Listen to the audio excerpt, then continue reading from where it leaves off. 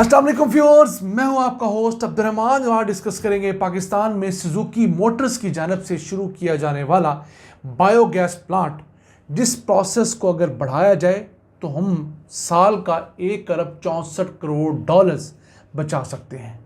वो पैसा जो हम इस वक्त गाड़ियों के फ्यूल की इंपोर्ट पर, पेट्रोल पर खर्च करते हैं, हमें इंपोर्ट नहीं करना पड़ेगा।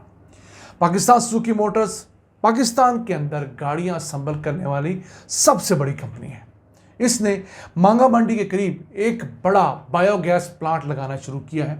इसमें जानवरों के गोबर को डालकर बायोगैस बनाई जाएगी और फिर उसे कंप्रेस करके गाड़ियों में इस्तेमाल किया जाएगा। इसका फ़ायदा पाकिस्तान को क्या होगा?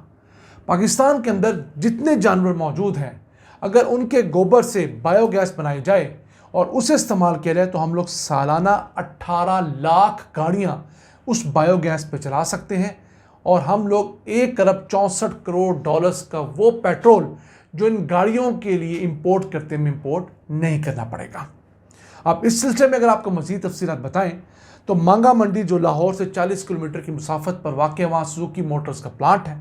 वहाँ पर एक बड़े साइज़ का 1500 क्यूबिक मीटर का बायोगैस प्लांट लगना शुरू हो गया है। ये बायोगैस प्लांट सालाना 4873 टन कार्बन डाइऑक्साइड हवा में शामिल होने से रोकेगा और फिर इसे 9000 मज़ीद प्लांट्स के अंदर रेप्लिकेट किया जाना है। और सुजुकी की ख्वाहिश ये है कि मुल्क भर में बंद पड़े हुए 3500 के करीब जो CNG स्टेशंस हैं, उन्हें बायोगैस स्टेशंस पर कन्वर्ट करना है। तो अगर 9000 प्लांट्स पूरे मुल्क भर में लग जाते हैं, वहाँ से जानवरों के फुजले को इकट्ठा करके बायोगैस में कन्वर्ट करके इन CNG स्टेशंस के ऊपर प्रोवाइड किया जाता है, तो उससे हमारे पास 13.5 million cubic metre gas available होगी। वैसे हम अपने प्लेटफॉर्म से आपको अक्सर बता चुके हैं कि पाकिस्तान का शुमार दुनिया के 5 बड़े लाइफ स्टॉक वाले ममालिक में होता है। हमारे पास 17 करोड़ बड़े जानवर हैं और अगर इन जानवरों के गोबर को हम लोग बायोगैस में कन्वर्ट करने के लिए इस्तेमाल करें तो हमें 1.5 करोड़ बायोगैस प्लांट लगाने की ज़रूरत है। और इससे हमें रोज़ाना कितनी गैस मिलेगी? हमें 16.3 मिलियन क्यूबिक मीटर गैस रोज़ाना हासिल होगी। ये इतनी गैस है जो कि हमारी 18 लाख गाड़ियों को चलाने के लिए काफ़ी है। लेकिन हमारी हालत क्या है कि मुल्क में इस वक्त सिर्फ 5357 बायोगैस प्लांट्स हैं और वो बायोगैस कितनी प्रोड्यूस कर रहे हैं, ना होने के बराबर। अमाउंट आपको बताएं तो मुझे शर्मिंदगी हो रही है, 20,454 क्यूबिक मीटर। कहाँ हम 1.6 करोड़ क्यूबिक मीटर गैस पैदा कर सकते हैं, कहाँ हम सिर्फ 20,000 क्यूबिक मीटर गैस पैदा कर रहे हैं। देखिए, हम अल्लाह की दी हुई किन किन नेमतों का कुफरान करते हैं और फिर रोते हैं हमारे पास वसाइल नहीं है। अब अगर सिर्फ बायोगैस के अंदर ही हम आगे चले जाएं तो ये ना सिर्फ हुकूमत को फ्यूल की मद में पैसे बचा के देगी, बल्कि किसानों के लिए इजाफी आमदन का जरिया बनेगी। किस तरह? जिस तरह आज घर घर से दूध कलेक्ट किया जाता है और वो आकर शहरों में बिकता है, इसी तरह हर गांव से, देहात से, कस्बे से ये बायोगैस प्लांट वाले गोबर कलेक्ट करेंगे। पहला, उन किसानों के लिए एक्स्ट्रा इनकम होगी जो फ़िलहाल इस गोबर को संभालने की मुशक्क़त बर्दाश्त करते हैं। दूसरा, इस गोबर की वजह से जो मीथेन गैस प्रोड्यूस होती है, जो कि कार्बन डाइऑक्साइड से 25 गुना ज़्यादा ख़तरनाक है, वो भी प्रोड्यूस नहीं होगी। और जब ये गैस जाकर हमारी गाड़ियों में इस्तेमाल होगी, वहाँ तो फ़ायदा देगी। फिर इसका इजाफी काम ये है कि इससे फर्टिलाइज़र बनेगा, बायो फर्टिलाइज़र। वो फर्टिलाइज़र जिसे किसान अगर अपनी फसलों में इस्तेमाल करेंगे तो वो फसलें ऑर्गेनिक देसी फसलें कहलाएंगी। उनका रेट आम फसलों से ज़्यादा होता है। आप तो जानते ही हैं, दुनिया के अंदर अगर आप जाएं तो कोई भी ऐसी चीज़ जिसको ऑर्गेनिक क्लेम किया जाता है और अगर वो वाकई ऑर्गेनिक है तो उसकी कीमत उसी तरह की दूसरी चीज़ से ज़्यादा होती है। ऑर्गेनिक कॉटन आम कॉटन से महंगी होती है। क्यों? ऑर्गेनिक कॉटन में किसी किस्म की दवाई, किसी किस्म की आर्टिफिशियल खाद इस्तेमाल नहीं होती, नेचुरल चीज़ें सारी इस्तेमाल होती हैं। तो ये हमारे पास एक बहुत बड़ा पोटेंशियल है।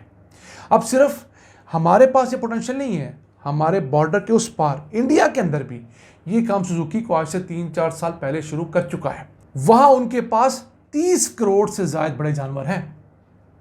वहां पर तो सुजुकी ने इब्तदाई अपने ये बायोगैस के जो सीएनजी स्टेशन हैं वो शुरू भी करती हैं।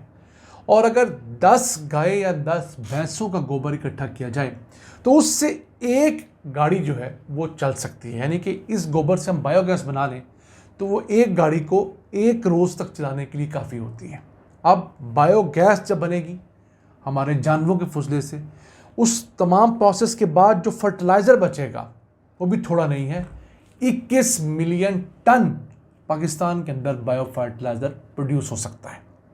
और ये मैं उस मुल्क की बात कर रहा हूँ जिसके यहाँ $17 बिलियन हर साल पेट्रोल, डीजल और पेट्रोलियम प्रोडक्ट्स की इंपोर्ट पर खर्च कर दिए जाते हैं। यानी हम लोग अपने पेट्रोलियम के बिल के अंदर 10% तक कमी ला सकते हैं बायोगैस के इस्तेमाल से। सुजुकी इस तमाम प्रोसेस के अंदर जो 9000 बायोगैस प्लांट्स लगाने जा रहा है उससे $440 मिलियन का कार्बन क्रेडिट कमाएगा। कितना? $440 मिलियन का। हम कार्बन क्रेडिट पे अपनी मुताबिक वीडियोस रिकॉर्ड कर चुके हैं। मोटा मोटा आपको बताएं, एक ऐसा प्रोसेस होता है जिसके अंदर आप ऐसी इन्वेस्टमेंट करते हैं जो कार्बन डाइऑक्साइड को हवा में शामिल होने से रोके या हवा में शामिल कार्बन डाइऑक्साइड को अब्जॉर्ब करे। आप जंगलात लगा लें या ऐसे प्लांट्स लगा लें जिनके ज़रिए तवानाई तो हासिल हो लेकिन कार्बन डाइऑक्साइड प्रोड्यूस ना हो। उसके बस वो मुल्क, वो कंपनियां आपको पैसे देती हैं जो कार्बन डाइऑक्साइड पैदा कर रही होती हैं। तो सुजुकी इससे पैसा कमाना चाहता है और ये तमाम जो प्रोसेस है अगले 15 सालों के अंदर होने जा रहा है। 2040 तक उनका प्लान ये है कि पाकिस्तान में सिर्फ सुजुकी इस तरह के 9000 बड़े बायोगैस प्लांट लगाएगा और उनसे जो गैस प्रोड्यूस हो रही होगी वो 44 मिलियन टन होगी। नाज़रीन, ये वो इनिशिएटिव्स हैं जिनके अंदर जब कॉर्पोरेट सेक्टर आता है तो उसके बाद मज़ीद कंपनियां भी आने लगती हैं। अब सुजुकी ने पाकिस्तान में अपनी ऑल्टो गाड़ी को इसी बायोगैस पर चलाने का कामयाब तजर्बा भी किया है, वो चली है। इट मीन्स हमारा वो कस्टमर जो ज़रा पैसे के मामले में कम हैसियत का है उससे फ़ायदा उठाएगा। फिर इस बायोगैस की कीमत 1 किलो की अगर हमारे पेट्रोल के बराबर ही तसव्वुर कर ली जाए तो इसका फ़ायदा ये होगा कि इस 1 किलो के बायोगैस के ऊपर कोई 20 से 25 किलोमीटर गाड़ी चलेगी। इस टाइम नॉर्मली अगर ऑल्टो भी लगा लें तो शहरों में 17-18 किलोमीटर चलती है। वही गाड़ी अगर आपकी 25 किलोमीटर चलना शुरू हो जाए तो आपको 25-30% एक्स्ट्रा माइलेज मिलेगी, वही आपका असल फ़ायदा होगा। नाज़रीन, ये था आज का एपिसोड। अपने मेज़बान अब्दुल रहमान को इजाज़त दीजिए। अल्लाह ने के बाद।